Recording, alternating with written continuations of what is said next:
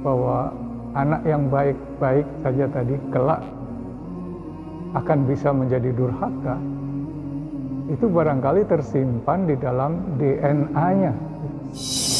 Bismillahirrahmanirrahim. Kita lanjutkan mencari inspirasi dalam surat Al-Kahfi. Kali ini mulai surat Al-Kahfi ayat 60 sampai 82 itu mengkisahkan tentang Nabi Musa.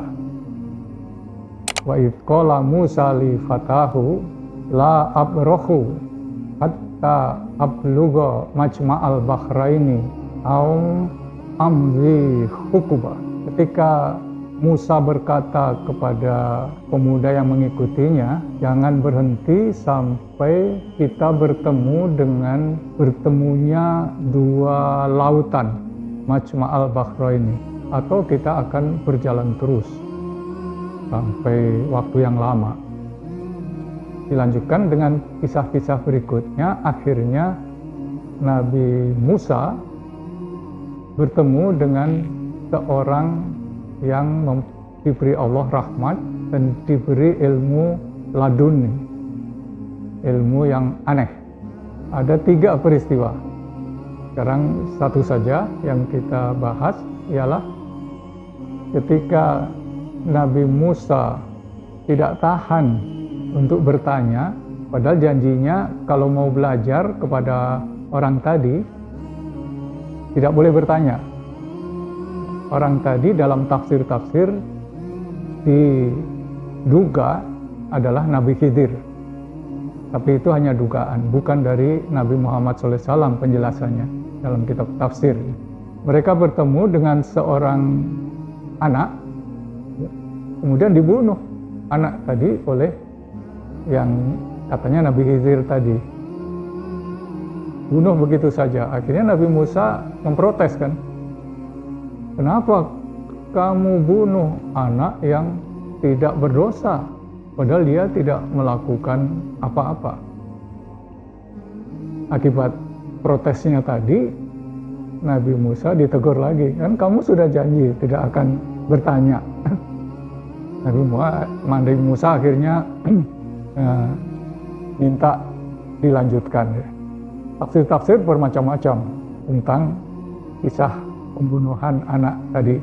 Ternyata orang tadi di ujungnya dalam perpisahan dengan Nabi Musa menjelaskan, tapi penjelasannya juga ajaib gitu.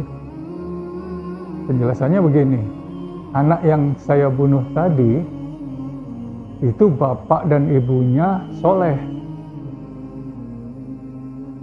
Saya khawatir anak itu nanti akan menjerumuskan anak tadi akan menjerumuskan bapak ibunya menjadi orang yang durhaka. Jadi sehingga aku bunuh dan aku harapkan Allah menggantinya dengan anak yang soleh. Begitu ayat Al-Quran surat Al-Kahfi. Tafsir-tafsir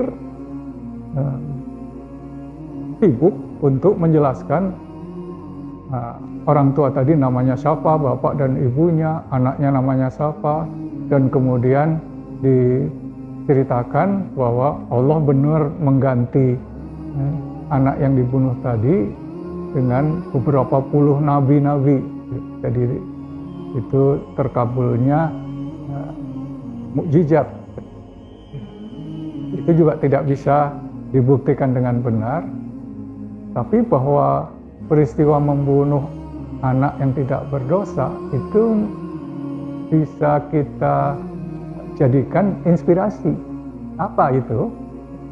Inspirasinya barangkali adalah bahwa apa yang terjadi di masa depan, bahwa anak yang baik-baik saja tadi kelak akan bisa menjadi durhaka, itu barangkali tersimpan di dalam DNA-nya.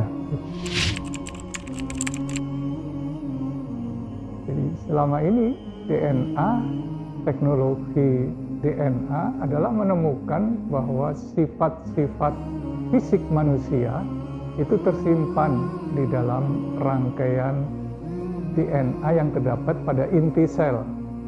Manusia terjadi dari organ, dari sel, dan setiap inti sel itu mengandung DNA yang isinya adalah instruksi. Nanti rambutnya keriting, nanti matanya biru, itu diturunkan, diwariskan turun-temurun dari orang tua. Sehingga DNA sekarang teknologinya dipakai untuk meneliti apakah anak ini benar-benar anak biologis dari bapaknya. Ya. Itu sekarang sudah populer, ya, tes DNA. Kemudian juga dengan DNA bisa ditelusuri jalur warisan dari nenek moyang yang sebelumnya. Dan itu akan terus terbawa.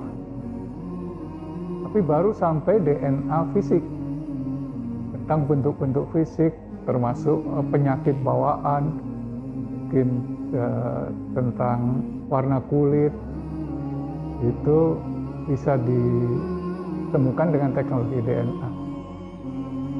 Kisah tadi dalam Al-Kahfi itu menuntut penelitian lebih lanjut, bahwa selain DNA fisik, bentuk fisik, tingginya nanti sekian, kira-kira gemuk, cenderung gemuk atau kurus, tapi juga kecenderungan kejiwaan, apakah nanti mewariskan tentang kekafiran atau mewariskan tentang kejahatan, berpikir kebiasaan, apakah sifat-sifat itu juga turun-temurun, terbawa. Itu surat Al-Kahfi tadi menggelitik, harusnya menjadi inspirasi untuk ilmuwan muslim meneliti lebih lanjut bahwa sebetulnya ada sifat-sifat bawaan, instruksi bawaan dalam sel seperti yang sudah dilihat oleh Nabi Khidir tadi.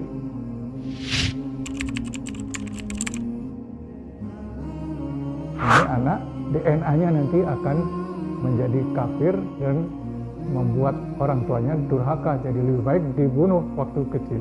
Itulah barangkali inspirasi dari surat Al-Kahfi tadi. Wallahu a'lam.